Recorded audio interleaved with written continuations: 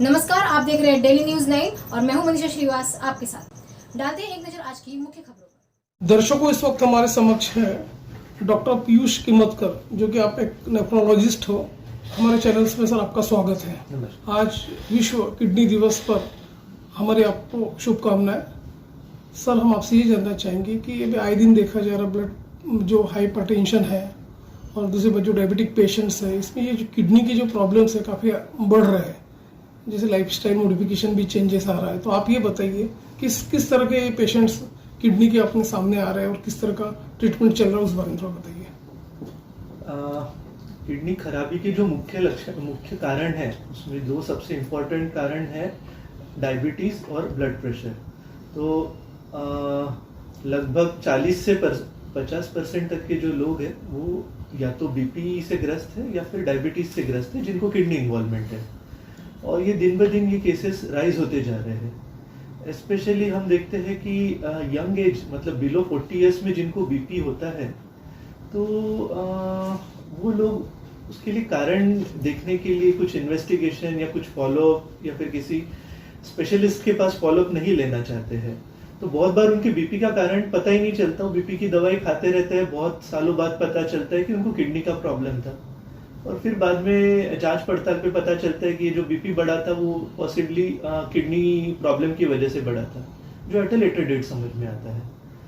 तो मैं दर्शकों से कहना चाहूँगा कि स्पेशली अगर आपको बीपी शुगर है और स्पेशली यंग एज में है, तो आप ज़रूर अपने स्पेशलिस्ट के पास रेफर हो जाइए, या फिर अपनी कुछ बेसिक ब्लड इन्वेस्टिगेशन और यूरिन इन्वेस्टिगेशंस जो होते हैं, यूरिन रूटीन, KFT और CBC, ये टेस्ट जरूर करवाएं, स्पेशली 40 साल की उम्र या उससे बाद की उम्र। सर, आप ये बताइए कि आफ्टर कोरोना एपिडेमिक के बाद ये देखा गया कि काफ़ी यंगस्टर्स जिन्होंने स्टेरॉइड लिया था या जिन्होंने प्रोसेस्ड फूड अपने आए दिन की ज़िंदगी में लेते हैं, जिनकी सीडेंटरी लाइफस्टाइल है, उस पर कितना दुष्परिणाम होता है किडनी का ऐसे लोगों पे, उस बारे में थोड़ा बताइए। हाँ, एक तो कोरोना का डायरेक्ट इफेक्ट भी हमने देखा है किडनीज पे।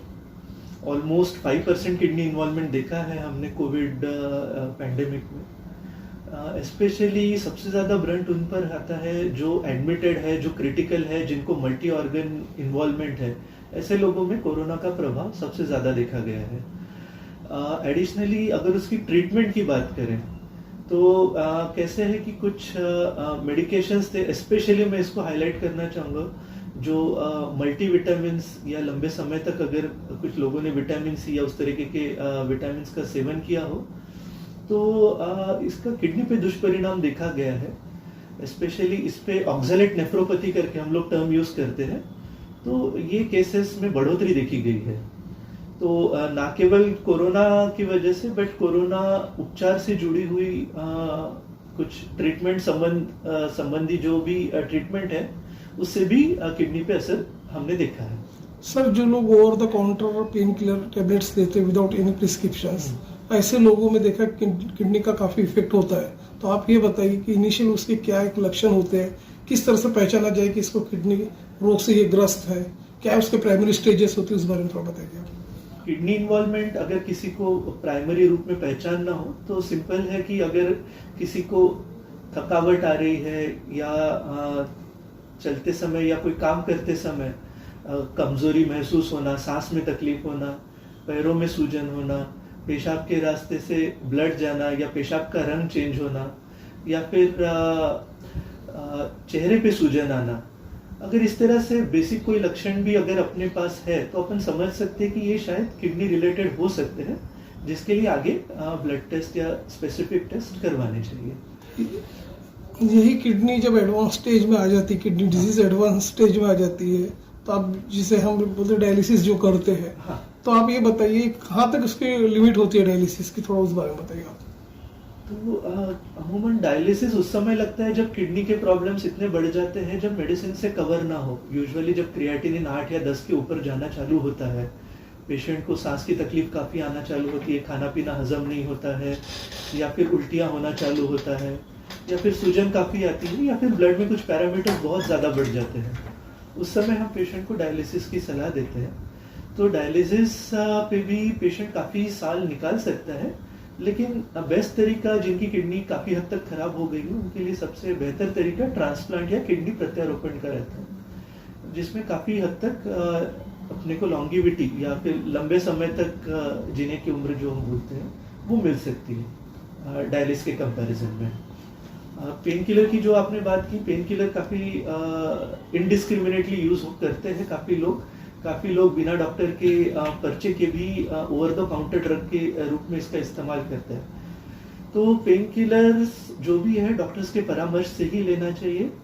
और अगर आपको किडनी प्रॉब्लम है या डायबिटीज़ है या फिर बीपी है या फिर अगर आप ऐसे माहौल में काम कर रहे हैं जहाँ पे आपको बार बार हेवी स्वेटिंग या डिहाइड्रेशन फेस करना हो, तो आपको किडनी प्रॉब्लम का काफ़ी हद तक रिस्क रह सकता है।